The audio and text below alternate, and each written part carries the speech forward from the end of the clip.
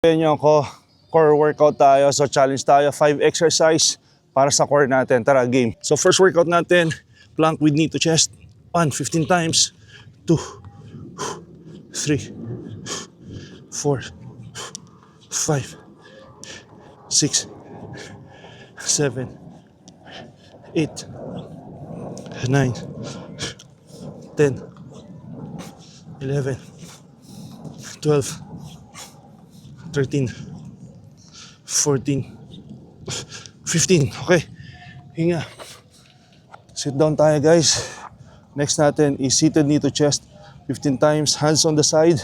Then 1, 2, 3, 4, 5, 6, 7, 8, 9, 10, 11, 12, 13, 14. Okay, hinga. Next, Russian twist, 15 times. 1, 2, 3, 4, 5, 6, 7, 8, 9, 10, 11, 12, 13, 14, 15. Okay. Next, isa pa for our lower abs, scissors.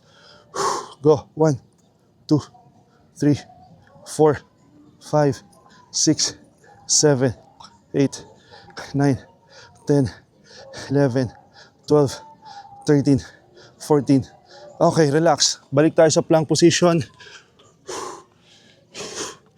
Next natin is plank jumps. 15 times. Go. 1, 2, 3, 4, 5, 6, 7, 8, 9, 10, 11, 12, 13, 14. Okay, nice one.